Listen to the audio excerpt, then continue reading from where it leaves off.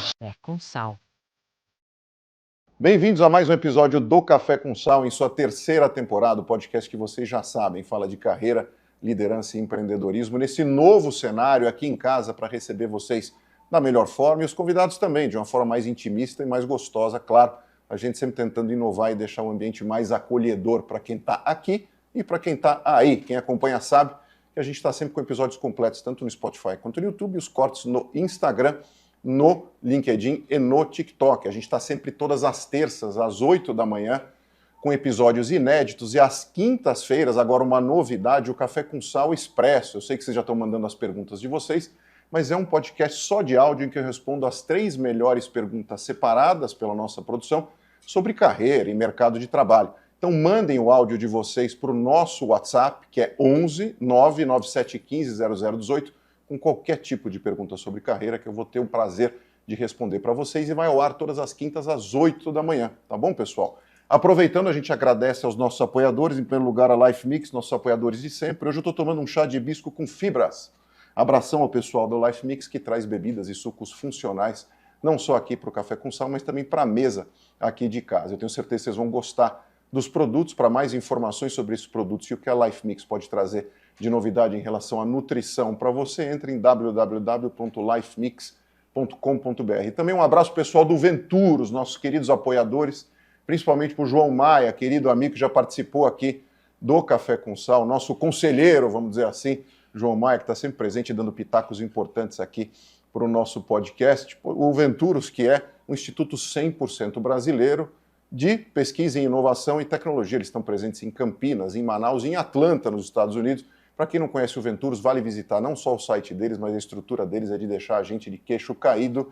Como eu digo sempre, parece que você está na Marte de Elon Musk, quando a gente vai lá para o Venturos. Eles impactam muito fortemente o teu negócio, então se você é empresário, um executivo que está à frente de algum business que quer promover inovações tecnológicas ou inovações quaisquer, procure o pessoal do Venturos para criar um aplicativo para o teu negócio, para ter visão computacional para o que você produz e para outras coisas mais. Para mais informações, www.venturos.org.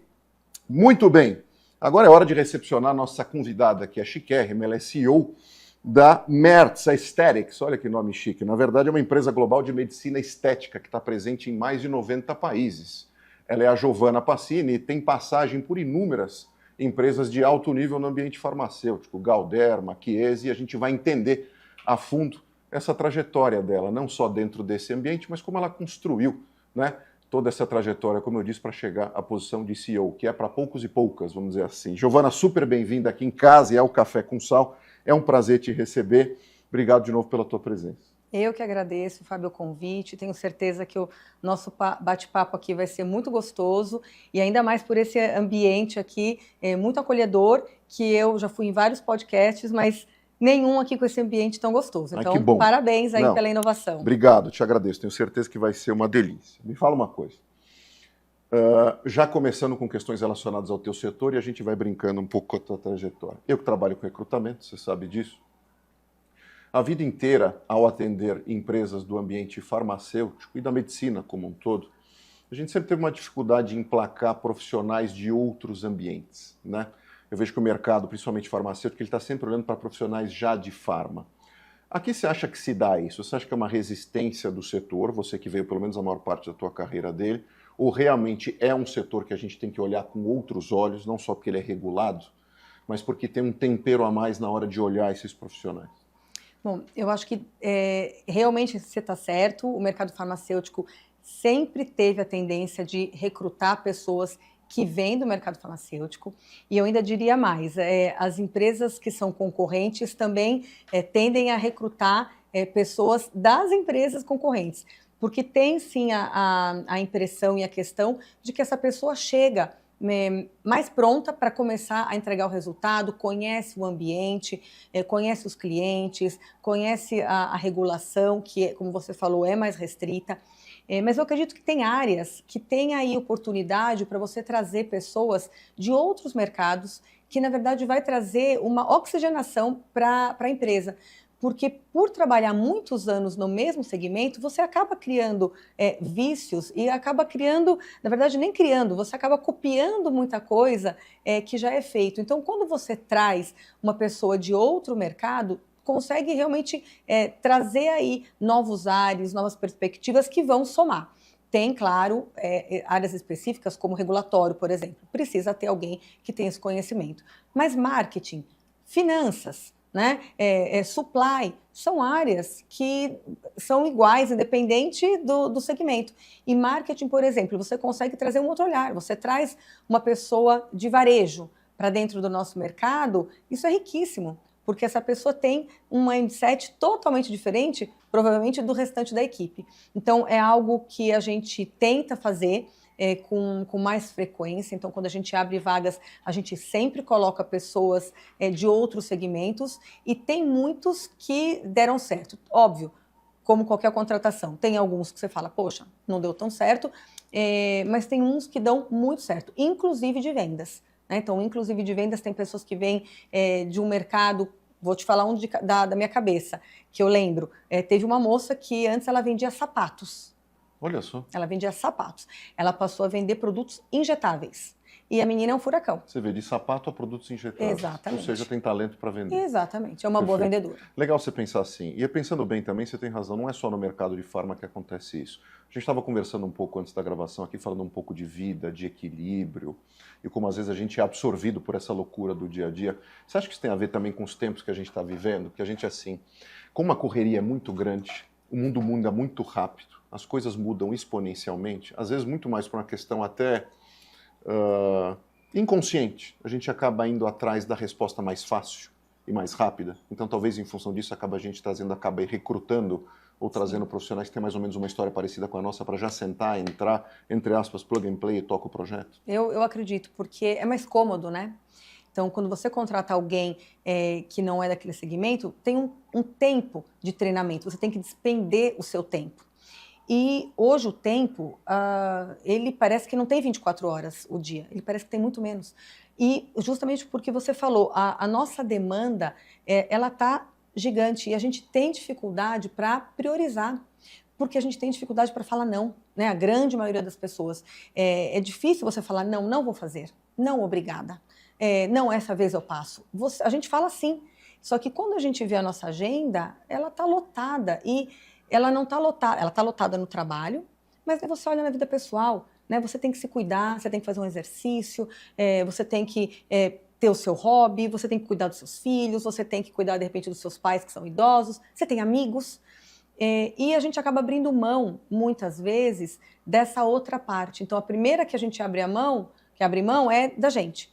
Então, quando você vê, é muito mais fácil, você desmarca uma ginástica, você desmarca uma terapia, você desmarca algo que você gosta, uma consulta. Então você se desmarca, né? Na verdade é isso. Depois você começa a desmarcar os amigos. Não consigo ir nesse encontro. Fica para uma próxima.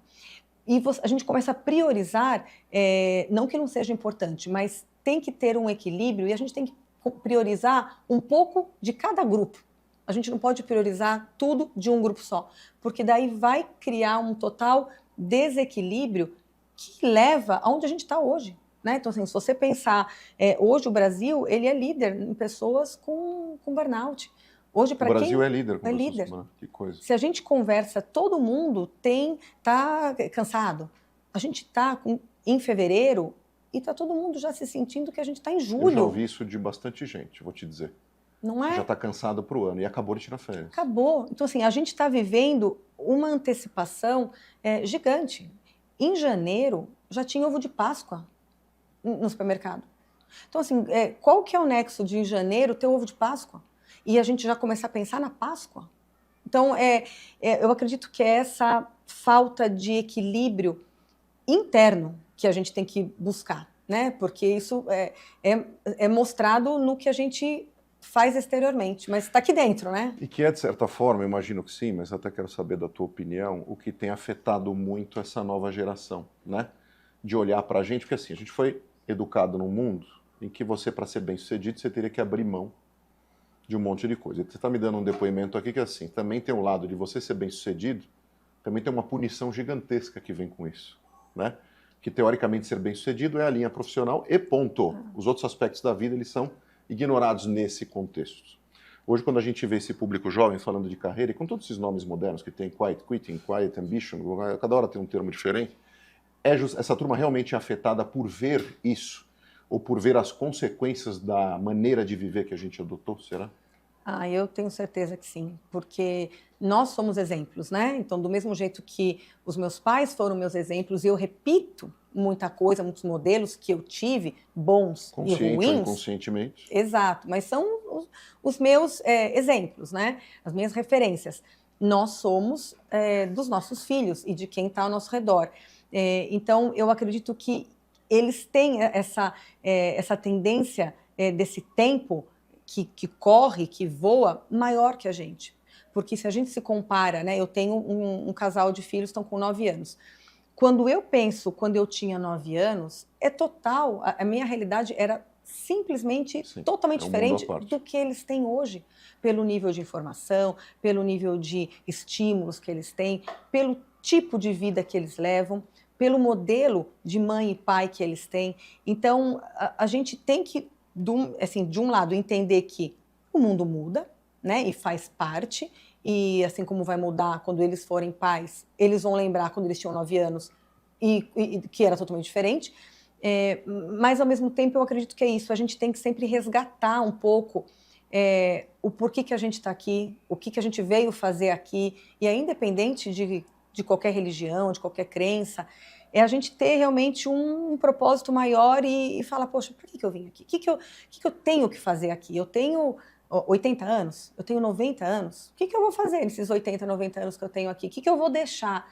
Então, e não é fácil, né? Porque, como eu estava falando, a gente é consumido pelo dia a dia. A vida acontece. A vida acontece e muitas vezes, infelizmente, a gente precisa ter alguns baques na vida para a gente parar e falar, nossa, o que eu estou fazendo? Sabe que eu vejo isso agora no LinkedIn muito? Então, por exemplo, são depoimentos de pessoas que, de repente, de uma hora para outra foram hospitalizadas ou tiveram alguma questão de saúde e com isso trouxe um grande aprendizado e agora realmente, é exatamente o que você falou, vem aquele choque grande, aquele trauma importante e fala assim, olha, eu devia ter feito fisioterapia, eu devia ter me cuidado, eu devia ter parado tudo e feito a cirurgia na época tal, ou devia ter aceito a recomendação da minha terapeuta ou do meu terapeuta de dar uma pausa naquele momento, etc. É assim, exatamente, né? é assim. A gente sempre fica esperando, daqui a pouco eu faço. Deixa eu esperar isso aqui acontecer, eu vou fazer no mês seguinte. Mas aí daqui a 15 dias já tem outra coisa. E você vai postergando. Até uma hora que o teu corpo não aguenta mais. Eu fui numa palestra um dia, Bárbara, do Murilo Gun, e ele falou, antes do burnout, tem o burn-in. E ele falou, se a gente não escutar e não resolver o burn-in, a gente vai ter o burnout. Ele é muito espirituoso, né? Ele é, sim. Eu fui ver num teatro ali na Faria Lima. Alguma peça uma dele. peça. Eu assisti uma palestra. Super bacana. Então é impressionante, isso. ele é uma máquina de criar. E ele traz discussões e reflexões que são básicas, se você pensar. Mas a gente não faz. Não faz. Mas pro mundo que a gente vive virou muito profundo. Sim. E fala uma coisa, você como CEO, prato cheio hoje, a gente sempre traz CEOs aqui no Café com Sal, e é impressionante o que mudou de demanda para quem é CEO versus até pouco tempo atrás, né? Hoje o cardápio é mais extenso. Você precisa cuidar de todo mundo, mas você também precisa se cuidar. Você teve algum momento em que você precisou de fato fazer uma pausa, alguma questão mais forte que te aconteceu, você teve essa luz antes de falar, pera um pouquinho, eu tenho tudo isso aqui para entregar, porque eu preciso entregar resultado, e a gente já vai falar disso, eu preciso entregar inovação, eu estou num mercado ultra competitivo, eu preciso trazer felicidade para as pessoas que trabalham comigo, e eu? Como é que você tem alguma programação específica para isso? Além de manter as coisas equilibradas em casa. Você acabou de dar um depoimento que você é mãe de 2. Sim. Eu nunca tive uma pausa, né? Realmente assim, uma pausa para tomar conta de mim naquele período. Mas eu aprendi e me dei conta de que eu preciso de pausas na minha vida, né? Não quer dizer que eu vá deixar a minha família em algum momento, ou que eu vá deixar o trabalho, mas eu, como Giovana, como indivíduo, como mulher, eu preciso ter um momento com as minhas amigas. Então, naquele momento, eu vou abrir mão de estar em casa com meu marido e com os meus filhos. Eu preciso ter um momento com o meu marido. Então eu vou abrir mão dos meus filhos e do trabalho. E eu vou ter momentos, claro, só meu, que eu quero só me curtir, fazer alguma coisa para mim. Fica e no você trabalho. com você mesmo. Ficar, exatamente.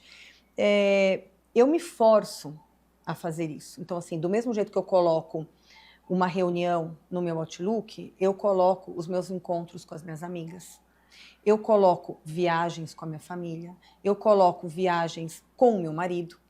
Então, colocando na minha agenda e bloqueando, eu tenho a consciência e o compromisso de que aquilo é importante. E isso ficou muito claro para mim quando eu assumi a presidência da MERS, que foi na pandemia. Então, eu assumi em janeiro, a pandemia começou efetivamente aqui em fevereiro, que foi declarado. Sim. Que a gente... Depois que aquele pessoal voltou da Itália e foi para um casamento na Bahia, exatamente, lembra disso? E aí começou... Exatamente, foi em fevereiro, então eu tinha um mês como presidente da MERS. E quando eu assumi em janeiro, quando eu soube em dezembro, o meu primeiro medo, minha primeira reação foi: nossa, eu preciso aprender muito sobre finanças a fundo, sobre regulatório, sobre supply, marketing e vendas eu já dominava, mas tinham áreas que eu conhecia, mas eu não conhecia a fundo. E eu falei, como CEO, eu vou ter que conhecer tudo, porque eu tenho que discutir tudo no detalhe. Então, para mim, as hard skills era o que eu tinha que focar. Aí veio a pandemia. Aí mudou da água para o vinho. Porque ninguém falava disso. Só se falava de soft skills. Ninguém falava disso. Então, assim, a minha preocupação era, eu preciso me manter sã para que as 200 famílias que dependem aqui de mim fiquem sãs. Porque senão, isso aqui vai virar o quê?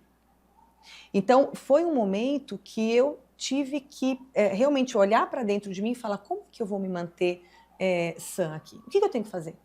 E eu passava isso para as pessoas. A gente fazia encontros semanais, eu mandava vídeos de WhatsApp, caseiro mesmo, que eu fazia toda sexta-feira para a empresa, falando dos meus medos, falando o que tinha acontecido, falando da empresa, me colocando ali numa situação super vulnerável também. Mega exposta. Totalmente exposta. Então eu falava, olha, meus filhos hoje surtaram porque não conseguiram assistir aula pelo computador.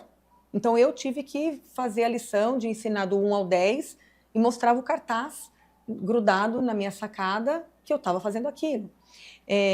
Só que isso trouxe uma proximidade e uma consciência do quão importante né, a gente se cuidar, a gente pensar na gente, para daí eu pensar em finanças, em supply, em qualquer outra coisa. Então isso para mim foi um grande aprendizado que eu faço até hoje, né? Então eu tenho os meus encontros, eu tenho viagens programadas com a minha família que eu também aprendi. Em dezembro do ano passado eu já tinha feito a reserva de outubro da Semana do Saco Cheio. Eu já tinha reservado minha viagem de férias de julho. Eu já tinha reservado minhas férias de abril com meu marido. Então, assim, eu reservo com muita antecedência, bloqueio a agenda e aí tá feito. Mas você sempre foi assim ou isso te... Não. Essa fase te estimulou mais a fazer isso? Essa fase me estimulou. Um aprendizado. Eu nunca fui assim. Então, assim, eu era muito mais voltada com a minha energia ao trabalho e acabava deixando um pouco as outras partes da minha vida um pouco mais em segundo plano. Quando isso aconteceu, eu me dei conta que eu falei, não. Eu falei, eu gosto de tudo, eu quero manter tudo isso, mas com um equilíbrio muito melhor, não colocando um peso maior em A ou em B. E eu mudei e eu venho fazendo isso e com quem eu converso eu estimulo. Eu fico muito feliz quando a pessoa fala, olha, marquei minhas férias já marquei tal coisa, marquei. Eu falei, poxa, que legal saber que eu consegui de alguma maneira influenciar para o bem. Não, e se a pessoa tem previsibilidade, todo mundo tem. A empresa tem, você tem, é melhor para todo mundo. Exato. Aquela coisa de última hora. Como é que você começou em farma? Por que você entrou nesse mercado? Você já tinha consciência lá atrás de falar assim, eu quero ser uma executiva de farmacêutica? Não. Sempre tive. Eu não sonhava em ser uma executiva. Mas assim, o meu pai era da farma.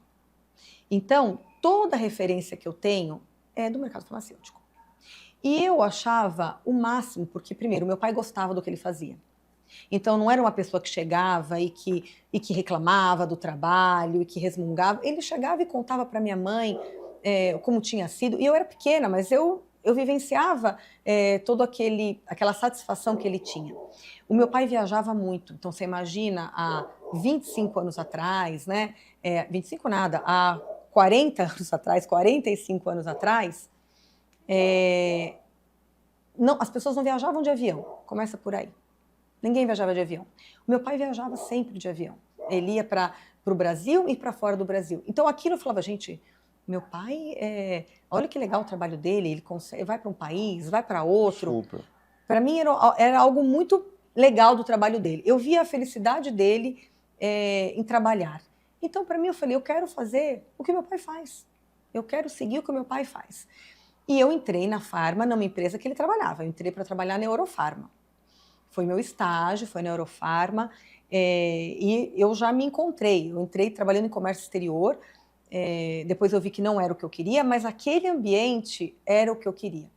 E depois da Eurofarma, eu só segui em outras farmas. E para mim é algo que eu gosto muito, eu gosto do propósito da indústria farmacêutica, eu gosto da dinâmica da indústria farmacêutica. A indústria farmacêutica, ela está sempre um passo à frente das outras, ela é sempre um modelo, então é algo que eu sempre tive comigo.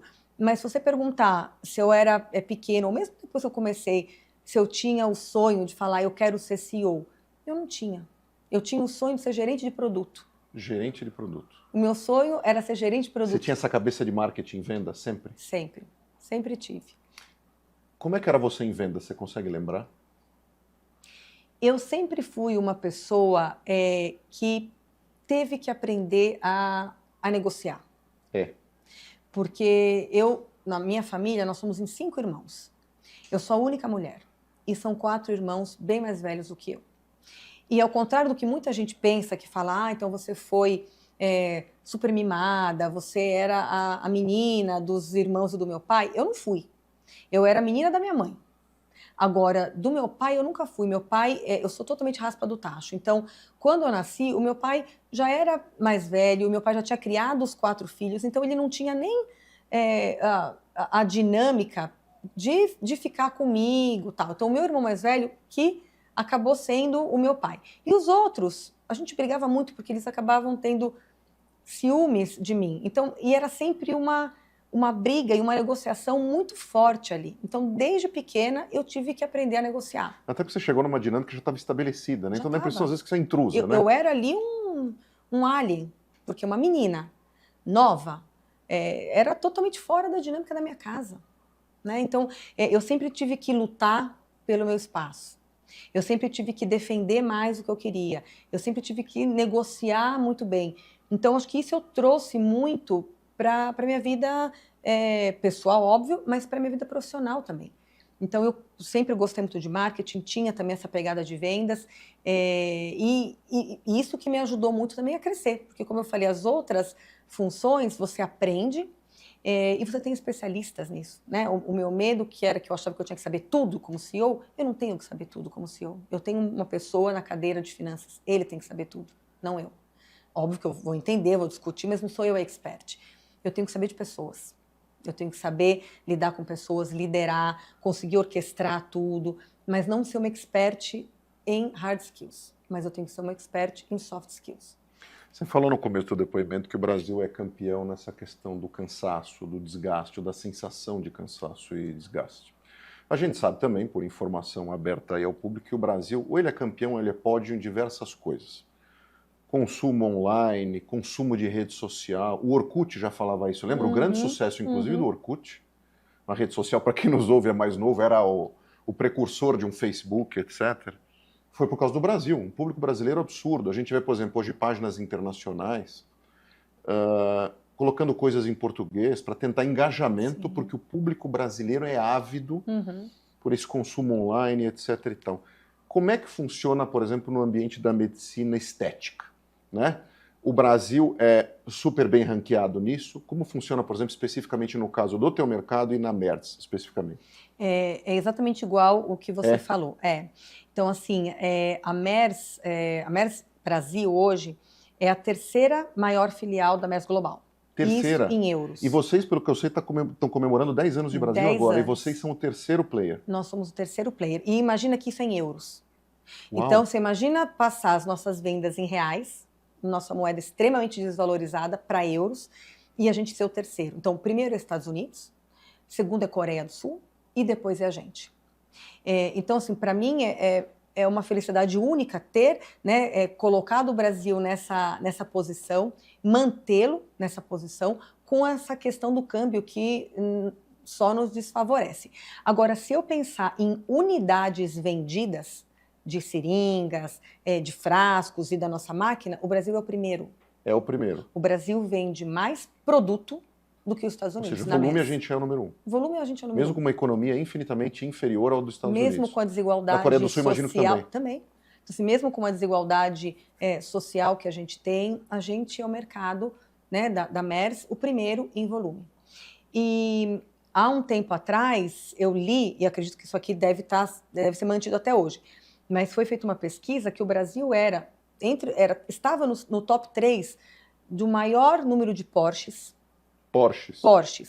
do maior número de jatos particulares. Então, olha o que a potência que tem. E com relação à medicina, o Brasil também é um campo extremamente rico. Então, o brasileiro, nós somos criativos, né? Nós somos criativos. Super. O brasileiro, ele é criado para se virar. Exato. Até porque a gente ouve desde pequeno que o Brasil vai ser o país do futuro, esse futuro nunca chegou. Então, assim, é uma lição de vida de se virar o tempo inteiro. Exatamente. E não é diferente na medicina. Então, hoje, nos tratamentos estéticos, nós temos descobertas que são feitas no Brasil e que depois são exportadas para o mundo todo. Então, me dá um exemplo. Vou te dar um exemplo. Dentro do portfólio da MERS, a gente tem um produto que chama Radiesse. Radiesse é um produto que sempre esteve com a gente, e é um produto que a indicação dele era focada para as mãos, para melhorar a espessura da mão e volumizar um pouco a mão. Quando eu entrei na MERS, a gente vendia 1.500 unidades desse produto, estou falando há 9 anos atrás. Era um produto que estava ali, mas... 1.500 unidades por o mês. quê? Mês. Por mês. Aí a gente descobriu, eu falei, esse produto não tem essa indicação. A indicação dele melhor é essa. Começamos a migrar para essa indicação, produzir estudos científicos, produzir todo um material médico e científico que suportasse aquela ampliação da indicação do produto. Treinamos muito, fizemos realmente, olha, ele serve para isso. Vamos começar a falar E aí um push comercial para isso. O Brasil foi o primeiro da MERS no mundo a fazer esse movimento. Hoje, esse produto é o líder do mercado aqui no Brasil. Ele é o produto mais usado pelos profissionais de saúde. A gente tem uma auditoria que mostra isso. Então, ele é o líder de mercado. O mundo inteiro usa esse posicionamento que veio do Brasil.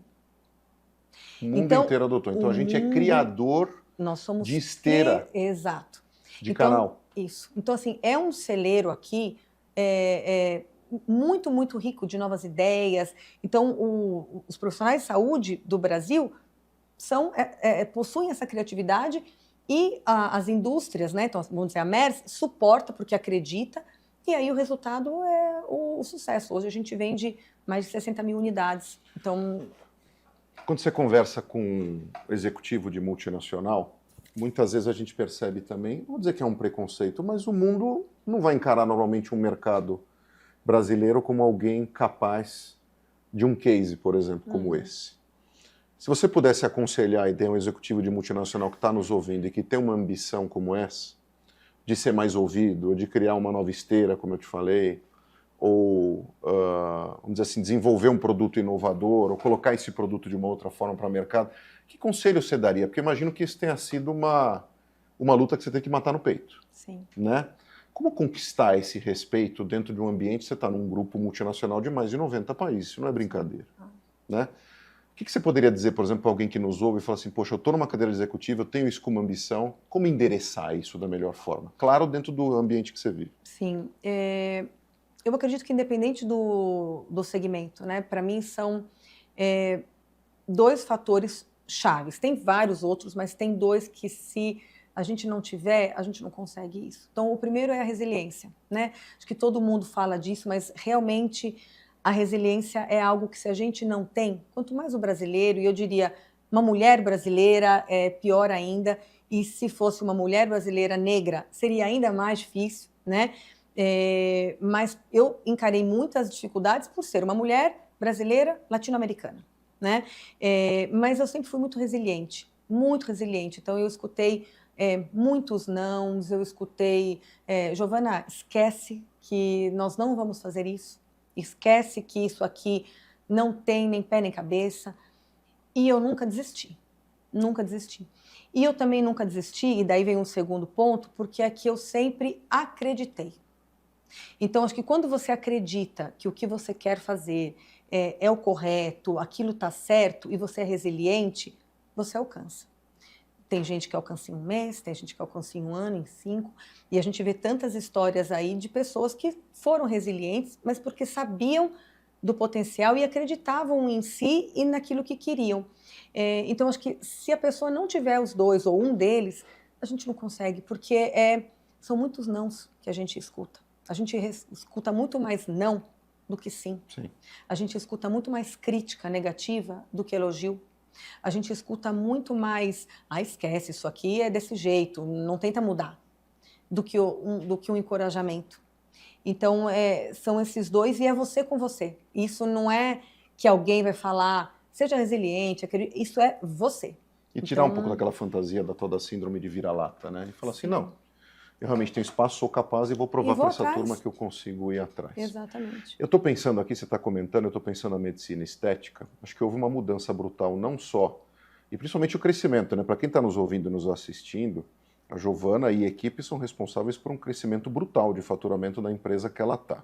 Isso acho que se deve a inúmeros fatores, mas principalmente após você assumir, o mercado teve também um boom de demanda nesse sentido. Por que você acha que isso se deu? Eu tenho uma curiosidade enorme. E depois eu quero falar um pouco contigo da questão homem e mulher. Tá. Que o homem mudou em diversos aspectos da nossa sociedade. Ajuda mais em casa, ou fica mais em casa, e a mulher sai. Claro que a gente tem muito a progredir nesse sentido. Eu vou em supermercado, encontro um monte de homens junto comigo. O homem tem olhado mais para a estética e tudo mais, etc. e tal. Mas falando um pouco especificamente desse boom do teu mercado, a que se deve isso na tua visão? Bom, com a pandemia, o que aconteceu? Teve realmente esse boom absurdo. E por quê? A gente parou de sair e de ir para o escritório, e a gente parou de ir aonde? Em restaurante, a gente parou de viajar.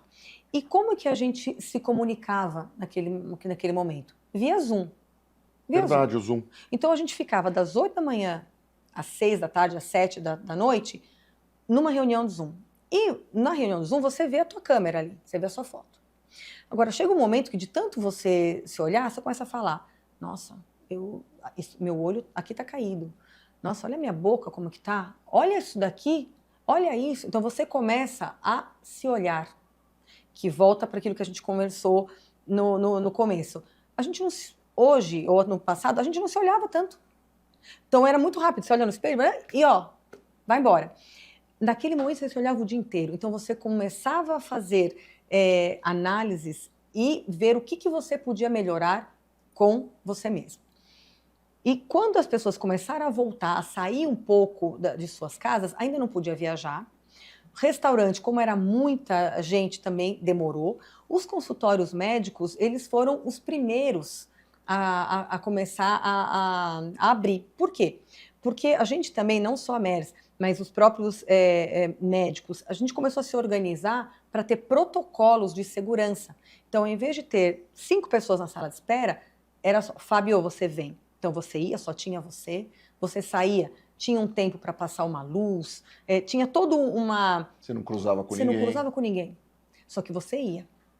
E aí começou, eles trabalhavam sábado, domingo, porque tinha uma demanda reprimida do tempo que ficou e tinha uma demanda que surgiu que não existia antes, que eram dessas pessoas que não se olhavam. Então, o efeito Zoom, que a gente chama, fez com que toda a indústria estética crescesse. Nesses 2 anos, a MERS cresceu 3 dígitos. 3 dígitos? 3 dígitos. Nossa. A gente continua crescendo duplo dígito, Sim. em cima de uma base já muito maior. Muito maior. Mas nos primeiros anos teve um impacto absurdo externo do efeito Zoom. Porque tem essa estatística, né? Essa coisa quando você faz vídeo, acho que eu vi isso em algum lugar, que as pessoas realmente acabam olhando mais para elas mesmas. Exato. do que para os outros. O que faz até você percebe a pessoa perder o fio da meada do que está falando, porque né, tem essa questão da autoimagem, de como quer ser percebida pelos outros e acaba perdendo o fio da meada do que estava falando. Então, que loucura, isso então, o efeito zoom. O efeito zoom é o principal, assim, acho que o marco que fez com que as pessoas... E essas pessoas que entraram neste mercado naquele tempo, a grande maioria continua. Porque também a partir do momento que você começa a se cuidar, você se sente bem. Então você fala, caramba, eu tenho que me cuidar. Eu tenho que fazer isso. Então eu vou continuar fazendo. E aí muitos homens também entraram, porque os homens também faziam reuniões, óbvio. Sim. E começaram a falar, gente, tô com cara de bravo aqui, olha só como que eu tô aqui com... E muito mais, óbvio, tem a parte estética, né? Mas tem a parte da imagem que a gente passa. Então tem muita gente que fala, as pessoas falam que eu sou brava, eu não sou, mas às vezes a tua feição, a ruga, ela passa uma imagem de uma pessoa brava, de uma pessoa triste. Eu passo por isso às vezes, sabe? Eu tenho esse feedback desde moleque, na verdade. Às vezes eu tenho uma cara meio de bravo, de não sei o que, não sei se é a minha expressão. É que você tem uma marquinha na glabela aqui que a gente fala. Eu tenho uma marca na glabela? Me explica. Vou aproveitar a consulta. Olha, assim, de novo, eu não sou médica, então não, assim, me ajuda, eu não vou te indicar nada. Eu tô categoria subóbito. Não vou indicar nada, mas assim, de olhar, você tem marcadinho duas rugas aqui, ó. Na glabela. Eu tenho duas rugas aqui, eu vou olhar, aí você fala. Então vamos lá, para saber. Aqui e aqui. Daqui, Tá. Então, faz assim, ó. Olha, assim ela fica ainda mais, proeminente. Proeminente. Então, normalmente, quando as pessoas estão bravas, as pessoas... isso ressalta. Então, às vezes, você tá só... às vezes é para ouvir melhor, ficar mais focado, eu acabo fazendo essa cara. E outra coisa que aqui em casa tem fama é essa linha aqui, ó, tá vendo? Não sei se dá para ver na câmera, mas tem uma transpantaneira. A gente estava falando de Pantanal, tem uma transpantaneira aqui que passa no meio da minha testa. Então, por exemplo, eu como homem, uma indicação para mim seria, por exemplo, o quê? Eu sei que você não está falando como CRM, crachá, não. Estamos batendo um papo na minha casa. Exato, você vai procurar um profissional de saúde e ele que vai te falar o que você tem que fazer. Prometo, mas, por exemplo, o que eu teria que fazer conhecimento, aqui você faria toxina botulínica. Toxina botulínica, isso. Porque ela dá esse preenchimento. Não, ela não preenche. Ela vai fazer um equilíbrio no músculo que faz com que você tenha essas rugas. Que suaviza a marca. Isso, ela vai...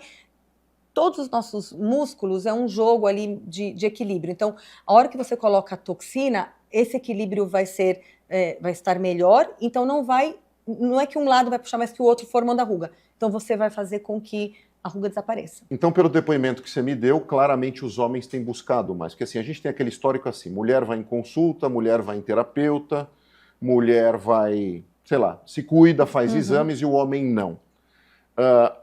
Hoje, no ambiente estético, o homem me parece estar muito mais presente. Será que hoje ele é um carro-chefe, inclusive, para o homem se cuidar mais, não só do ponto de vista mental, como do resto do espectro da saúde? Certeza. Hoje ainda, a grande parte dos pacientes é a mulher, né? Então, a mulher é a grande parte desses pacientes. Mas, cada vez mais, os homens têm entrado. E eu acredito que do mesmo jeito que a gente fala tanto, né, da mulher ter mais espaço no mercado de trabalho, que a gente tem que brigar por isso, a gente tem que lutar por isso, o inverso também ocorre com os homens na contramão, né? Então, por exemplo, o homem, ele tem sim que se cuidar. O homem tem sim que procurar psicólogo, psiquiatra e cuidar do seu físico.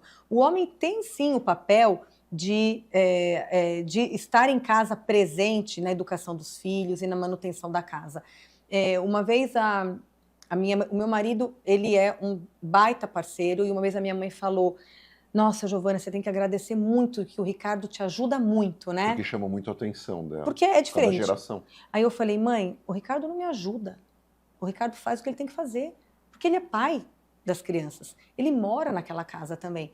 Então, assim, não sou eu, Giovana, que tenho que cuidar de tudo sozinha. O Ricardo tem que fazer também. Mas é o que você falou, a gente ainda está numa curva de aprendizagem nisso. Ainda tem preconceito, ainda tem homem que não gosta, tem homem que faz, mas tem vergonha de falar. Tem mulher que não se sente confortável de falar que o marido está em casa e que ela trabalha. Sim, exato. Então, acho que você tem de tudo aí, e que, na verdade, essa evolução que a gente tem que seguir, que independente do sexo, a gente fala tanto hoje, né? Independente do sexo, você tem que ver o que a pessoa tem para oferecer, o papel dela, a essência dela. Então, acho que esse é mais um exemplo. Por falar em essência, perfil, homem e mulher, eu sempre pergunto para quem passa no Café com Sal o olhar dessas pessoas para os profissionais de mercado. De novo, tudo mudou muito rápido. A gente conversava antes aqui como o mundo muda o tempo todo e a gente às vezes está pegando a marola, né? Porque é tão rápido e a gente tem que reagir. Quando você olha para os teus talentos e as pessoas que te rodeiam, você deu um depoimento também aqui no começo que era o seguinte, eu como CEO, lá no começo, fiquei naquela loucura de, putz, eu preciso aprender todos os hard skills de todas as áreas para poder opinar e etc. E tal. Depois dei aquela respirada, não. A pandemia está me exigindo cuidar de pessoas, olhar para pessoas, talvez seja esse o grande papel, né? Fazer essas pessoas funcionarem com equilíbrio, com felicidade, com saúde mental, óbvio, conhecedoras dos hard skills delas, para entregar um melhor resultado e, em função disso, um crescimento exponencial como vocês tiveram. Mas quando você olha hoje para o mercado, o que te chama a atenção em profissionais com os quais você interage ou entrevista, que você olha e fala assim, essa profissional ou esse profissional tem que estar no meu time, independente da área? É esse relacionamento com pessoas, tá? Porque essa parte de hard skills, você aprende. Então, é uma habilidade. É uma habilidade. Você vai lá, você estuda e você aprende. Se a pessoa tem, né, assim, minimamente questões para aprender, eu não tenho problema. Agora, como essa pessoa se comporta e como ela trabalha com os demais é o mais importante. Hoje, eu te digo assim que o meu maior desafio não é equilibrar o P&L, não é pensar qual é a campanha de marketing ou ver onde está o produto. O meu maior desafio hoje é a gestão de pessoas. Sem dúvida nenhuma. Sem dúvida nenhuma. É muito difícil a gente fazer a gestão. E seja no trabalho, seja em casa, porque assim, pessoas são complicadas. Eu sou complicada, você é complicado, e cada um é um, e a gente tem que aprender a escutar o que um fala, e escutar é muito difícil, porque na maioria das vezes a gente não deixa o outro terminar a frase, a gente já fala, todo mundo faz isso. A gente quer tratar todo mundo da mesma maneira. Então, assim, é algo que isso exige muito autocontrole, muito conhecimento, e que hoje, no nosso dia, a gente não quer. Eu não quero escutar o que você quer falar. Né? Então, assim, as pessoas não querem, as pessoas querem... Não, Fabio, faz isso daqui. Ó, você faz isso. Porque é a era da ansiedade. Porque você tem que resolver. Você tem que resolver. E isso traz, para mim, todos os problemas. Então, vou te dar um outro exemplo da minha casa. Ontem, teve uma discussão dos meus filhos, uma briga, tal, e eu fui conversar com um e com o outro. O que eu falei para um foi o oposto do que eu falei para o outro. Perfil. Assim, os dois brigaram, a briga foi a mesma. Mas a postura de um e a postura de outro, totalmente antagônicas. E eu tive que falar, o que eu vou falar para o Eduardo? O Eduardo é isso que ele precisa escutar. A Carolina é isto. E isso demanda o quê? Isso demanda meu tempo, isso demanda minha paciência. Né? E que a gente... Sensibilidade, olhar para o outro. Né? Então, eu acho que tudo isso é o que faz a diferença. Você ter pessoas no seu time que tenham mais essa habilidade é o que vai fazer a diferença. Para mim simplesmente não. Super complexo, mas é isso. E aí quando você interage com essas pessoas, eu imagino que você peça exemplos importantes e atitudes ou projetos onde isso se manifestou. É isso que você faz? Sim. Acho isso legal, porque muita gente me pergunta muito assim, postura em entrevista, como eu entrevisto, no momento que eu sou entrevistado, como eu coloco, que a gente fala muito, né, de entrevista por competência, eu digo sempre o seguinte, as pessoas se resumem pelos projetos que elas conduziram, com protagonismo e com quem, né? Então essas são perguntas importantes, por exemplo, que uma CEO como você faz para essas pessoas. Sim, sem dúvida. E trazer exemplos do dia a dia, onde essas características e competências e essa maneira de ser e de pensar se manifestam. Sim, e não só do trabalho. Óbvio que eu peço, me dê exemplos no trabalho, como que você lidou com isso, ou do seu time, mas da vida pessoal. Porque nós somos uma pessoa só. Então, se eu vejo que a pessoa tem também matéria-prima para entregar na vida pessoal, é mais fácil trazer para o profissional. Se nem lá no pessoal, que são pessoas que você ama, né? Você escolheu ficar com amigos, você tem os seus filhos, e nem ali você consegue lidar bem com as pessoas, que dirá no trabalho, que é uma relação realmente ali que tem assim, totalmente do trabalho, não são amigos. Então, acho que isso é um olhar muito importante que eu faço. Legal. Quem são as pessoas que te inspiram hoje? Esquece só do teu mercado, mas assim, de mundo. Para onde você vai buscar inspiração? Quem são pessoas que te impactam? Porque assim, a gente sempre comenta assim, o CEO, todo mundo se ampara na CEO e no CEO, e o CEO precisa se amparar em algum lugar. Uhum. A gente faz terapia, a gente faz descanso, fim de semana, viagem com família, mas onde você vai buscar? Qual que é a tua fonte de sabedoria nesse sentido? Bom, acho que o primeiro grande exemplo que eu sempre tive foi minha mãe, que apesar de não trabalhar fora de casa, a gestão que ela fazia na casa e a sabedoria que ela tinha em lidar com todas as adversidades, com os filhos, com todos os problemas que todo mundo trazia, ela sempre foi a âncora e o direcional da família. Então, eu sempre aprendi muito com ela. Eu tive a sorte de, diferente de várias mulheres, eu tive muitos exemplos femininos na minha carreira. Então, como eu te falei, na Eurofarma, tinham muitas mulheres líderes. Então, ao vê-las, eu pensei, poxa, é possível. Eu posso chegar onde elas estão, na posição de gerência. Elas eram gerentes. Mas eu falei, eu posso chegar onde elas estão porque elas conseguiram, eu também consigo chegar. Hoje, tem algumas pessoas que eu tenho uma admiração, então, assim, tem algumas conselheiras que eu falo, caramba, olha o que essa mulher fez, ela fez essa negociação, ela fez a intermediação da compra dessa empresa. Então, essa, por exemplo, é a Ana Chaia. Então, assim, é uma baita mulher que eu falo, olha o que ela está fazendo, né? Tem, sei lá, algumas repórteres que trabalham muito trazendo a liderança feminina para o Spotlight. Então, eu acho que também o trabalho que elas fazem é incrível. E tem figuras assim que eu não conheci, né, mas que a gente sabe da história da resiliência. Então, o próprio Ayrton Senna, que eu acho que eu sempre tive ele como ídolo, mas quando eu vi agora o documentário que é dele, brilhante. eu não sabia tudo que ele tinha passado, das adversidades, de como... Da vida dele ali na Europa, no comecinho, eu não as dúvidas, sabia, né? E do que ele passou, do que fizeram com ele, e da resiliência que ele teve. O latino, né? Então, assim, ele para mim sempre foi, mas se tornou ainda mais. A própria Oprah, né? Então, assim, eu tive a sorte também e a honra quando ela veio aqui para o Brasil, fui no evento e escutar a história dela, né? Uma mulher negra, né? O que ela passou, o assédio que ela sofreu, e ver como ela transformou também não só a vida dela, mas como ela transforma a de várias outras, e aí, de novo, não só negras. Ela é uma real influenciadora. Ela né? é. Não na concepção internet da coisa. Exato. Então, assim, acho que esses... Tem várias outras no dia a dia, porque eu acredito que as pessoas que eu me inspiro, tem várias por diferentes razões. Às vezes tem uma pessoa que eu falo, gente, olha essa pessoa que tem a vida tão sofrida e Inúmeros tá atletas feliz. agora na Olimpíada que a gente viu, né? Quanta história inspiradora, que quanta veio, gente que fez que tanta veio do coisa nada, do nada. Que conquistou porque acreditava, não teve patrocínio de ninguém. Então, eu acho que todo mundo, honestamente, acaba tendo um motivo para inspirar o outro. Independente do que seja. Todo contato é contato. Todo contato. Todo mundo que você troca te traz alguma coisa que você fala, nossa, olha, aquela pessoa me trouxe isso. Então, e por isso que eu sou muito a favor de conhecer pessoas, de estar aberta a conexões, de fazer networking, que muita gente critica e acha que é algo negativo. Eu só vejo com bons olhos, porque... Surreal, né? Alguém criticar, mas também às vezes vejo isso. Será que não é medo?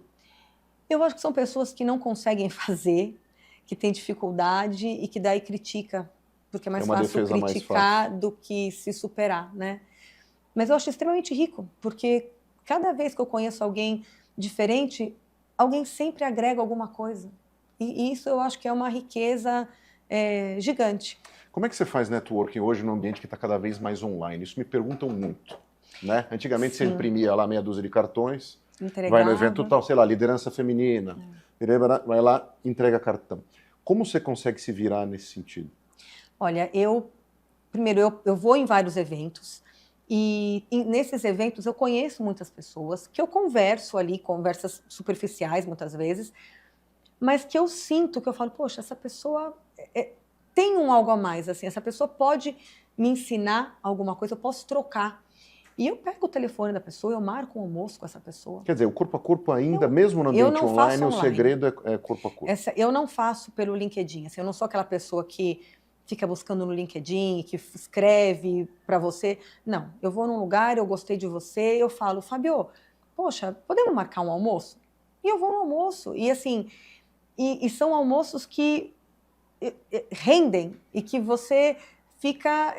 eu fico extasiada, que eu falo, gente, não conhecia a pessoa e hoje eu conheço. Eu aceito muitos convites que eu recebo, não todos, óbvio, mas eu aceito alguns e que me trouxeram, assim, verdadeiras amigas que eu não conhecia e que hoje são amigas minhas, e vários outros, assim, desses grupos que que se formam, né? Então, acho que a mulher hoje também, ela está querendo estar mais junta para ser mais forte. Então, tem vários grupos de liderança feminina. Tem da Pharma, tem outros dessa viagem que eu estava comentando com você que eu fiz, que a gente não se conhecia, e eu fiz amizade com algumas que eu quero levar para o resto da minha vida. Tem outras que são de lideranças de diversos segmentos. Então, é destinar um tempo. Então, como eu falei, é colocar no meu Outlook, eu coloco na minha agenda. Olha, tem tal evento, tem tal happy hour, tem tal coisa, e eu vou. Eu bloqueio, naquele momento eu não aceito alguma reunião, normalmente também tem muita coisa à noite. Eu aviso meu marido, falo, olha, hoje eu vou chegar tarde. E isso me engrandece, isso me traz um conhecimento que eu não vou ter nos livros. E pedir ajuda, né? Eu acho que uma das coisas que a gente subestima muito em relação à carreira é saber que a gente deve, e não há crime, em pedir ajuda. Conselho, ajuda. Você não acha isso também? Total. A gente tem uma coisa com isso, parece que a gente vergonha, vai se expor, né, negativamente, vergonha. Pelo contrário, é um atalho.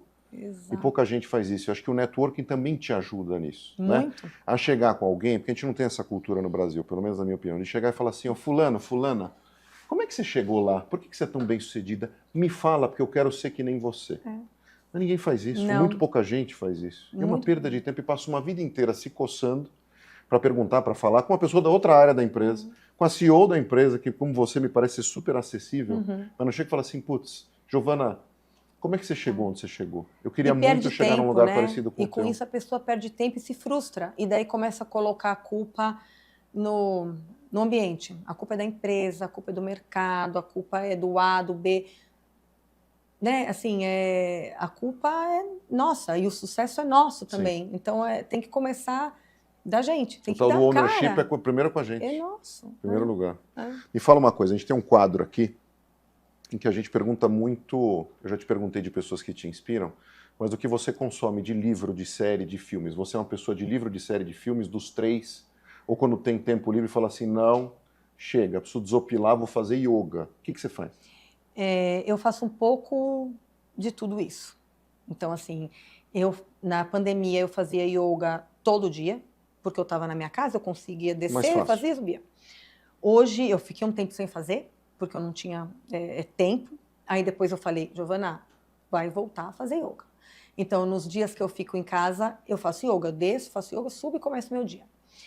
Eu leio muito também, e eu leio não só livros de negócio, eu leio livros de romance, eu leio livros de ficção, e assim, isso me faz muito bem, porque às vezes eu li esses dias 3 livros seguidos da mesma autora. Que eu falei, gente, isso aqui é viciante, vou ler 3, e li os 3 livros. Dá dica, porque tá cheio de gente pedindo aqui. Nossa, sempre. É um livro assim, ele chama A Empregada. É a empregada. Eu passei outro dia na frente da livraria, tem empregado, o segredo da empregada. E a empregada, sei lá o quê. Qual é o nome da autora, você lembra? Não lembro. Mas a gente vai achar, a produção nossa aqui no corte faz. E assim, essa autora, ela tem vários, porque depois eu já li, O Detento. O Detento. O Detento. São os personagens que ela vai trabalhando. Então ela tem outra professora, esse eu ainda não li. Mas a narrativa dela é um suspense que te prende, e daí tipo muda Lispector, tudo. assim, desse jeito? É uma coisa mais... É um suspense mais... Não é terror, mas é um suspense que te deixa... Preso. muito preso. Seu coração dispara e você fala, eu não Olha vou parar só. de ler isso daqui. Isso aqui vai virar filme, tenho certeza. Que é o tipo de série que, teoricamente, não te deixaria dormir, É é isso. esse tipo de livro. É isso. Isso vai Tá. virar uma série ou um filme.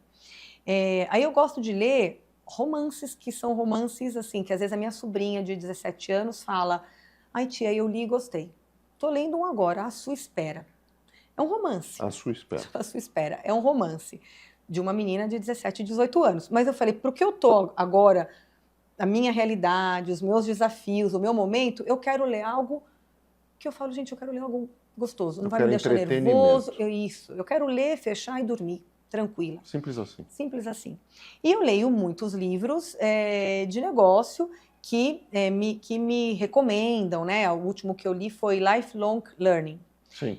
Maravilhoso, né? Eu assisti uma palestra dele e eu comprei o livro depois e assim você fala, gente, então eu vou mesclando. Gosto de série. Meu problema é que quando eu começo a assistir uma série eu não consigo parar. Aqui em casa é isso também. Então aquilo E prejudica o sono. prejudica o meu sono porque eu quero terminar. E o algoritmo não te deixa em paz. Me deixa maluca. Então eu tenho assim, evitado um pouco série por conta disso, porque eu não paro. Para ter uma vida um pouco Para mais ter uma vida regrada. um pouco mais equilibrada. Pô, que legal. Giovana, queria te agradecer. Eu adorei o nosso papo. Eu que agradeço. Cara, vou te chamar outras vezes, porque assim, o mercado farma é um negócio que fascina a gente. Sim. A gente agora está chegando numa época de pod, que a gente está indo para a 3ª edição, daqui a pouco, se Deus quiser, 4ª.